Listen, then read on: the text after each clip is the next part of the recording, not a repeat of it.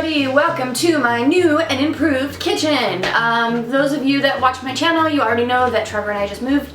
So this is our new kitchen. The stove is a little bit older, but everything else is awesome and I love it, and there's more space to move around and it's easier to film cooking tutorials for you guys, or I guess cooking videos. I don't know if it's tutorial, but anyways, today I am going to be making my favorite thing to eat, which is minestrone soup. And I made some of it in one of my day in the life videos, and I had a ton of you guys asking me how I make it. So just one thing I want you guys to remember is that I don't cook as an exact science unless I'm baking. So if there's vegetables or an ingredient in this that you don't like, you totally don't have to use it. Or if there's something you think that sounds delicious that you should add, you can totally add it. The beauty of minestrone soup, the reason why I like to make it so much, is that you can kind of make it with whatever is lying around your kitchen. So I hope you like it. Leave me feedback. Let me know if you want to see more cooking videos. And if you do make it, leave your feedback below whether you like it and if there's anything you would change or add. Alrighty, let's get started. So first you're going to want to gather your supplies, and the first thing that I use is extra virgin olive oil, and just get a decent brand because you want it to taste good. And then I use an onion. You can use any color you want, I just prefer a white onion.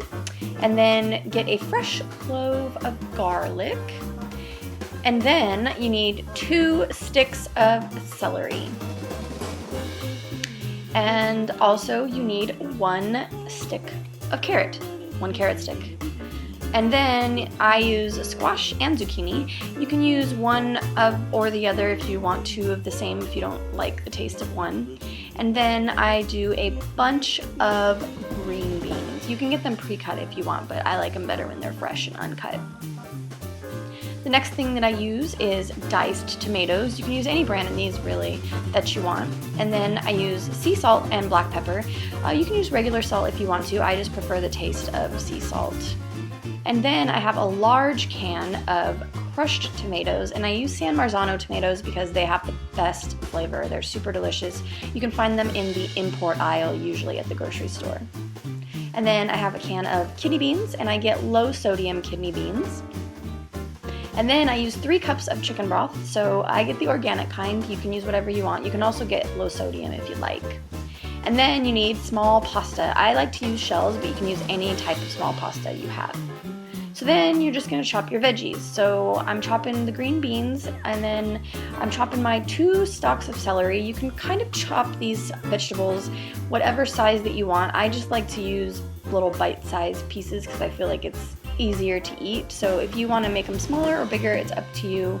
I also kind of chop my squash interestingly to keep the pieces small, but like I said, you can totally chop however you want. If you chop bigger pieces, the vegetables will probably be a little bit crunchier, so you might want to chop them smaller. And then I chop my onions really, really small because I actually hate onions and I just use them for the taste in the soup, so I don't want these suckers to be crunchy at all. Then you're going to take the paper off of your garlic, and then you are going to mince your garlic and do it as small as you can, because if you have big old chunks, you're going to be not smelling so good to everyone else. The thing that you're going to do is get a big pot and put 2 tablespoons of your oil in it and heat it up on medium heat until it's nice and hot. And then you're going to drop in your onions. This is 1/4 of a diced onion. And you're just going to cook it until the onions get kind of transparent. We call this sweating onions. So you just want to cook them until the onions get nice and soft. They can get brown edges. I kind of like the flavor when they have brown edges. And then you're going to add in your garlic. And then you're going to do the same thing. You're just going to cook the onions with the garlic until the garlic starts to get soft. But be really careful that you don't brown the garlic because it will get bitter and it will taste terrible. So make sure you keep the garlic moving in the pot. Then you're going to add in your carrots and your celery, and you're going to cook them for about 5 minutes until they start to get hot and a little bit soft. And then you're going to add in your green beans, your zucchini, and your squash. You're going to cook these suckers for another 5 minutes until they start to soften up a little bit. And then you're going to add a tablespoon of fresh basil that's chopped up. Then you're going to add a teaspoon of dried oregano. Then you're going to give all of that a good stir just to make sure that all of your herbs are kind of blended in there.